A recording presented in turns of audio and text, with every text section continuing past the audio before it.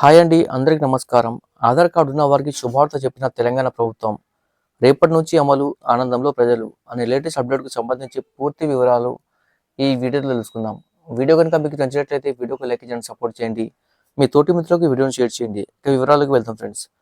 ఆధార్ కార్డుదారులకు తెలంగాణ ప్రభుత్వం శుభవార్త. రాష్ట్ర వ్యాప్తంగా ఆధార్ కార్డులు కలిగిన ప్రజలకు తెలంగాణ ప్రభుత్వం శుభవార్త అందించింది. ఆధార్ కార్డులో వివరాలు సరిగా లేని వారు, అలాగే 10 సంవత్సరాల తర్వాత కూడా ఎలాంటి అప్డేట్ చేయని వారు తప్పనిసరిగా ఆధార్ వివరాలు సవరించుకోవాలని ప్రభుత్వం సూచించింది.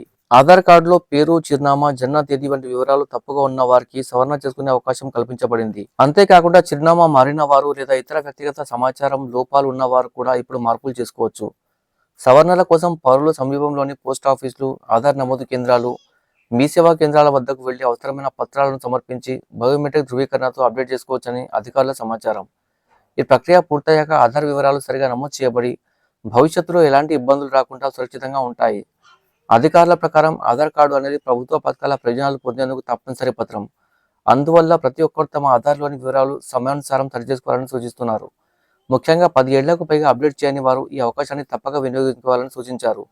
ప్రజలందరూ ఈ సమాచారం తెలిసేలా తమ బంధువులు, స్నేహితులు కూడా తెలియజేయాలని ప్రభుత్వం కోరుతుంది.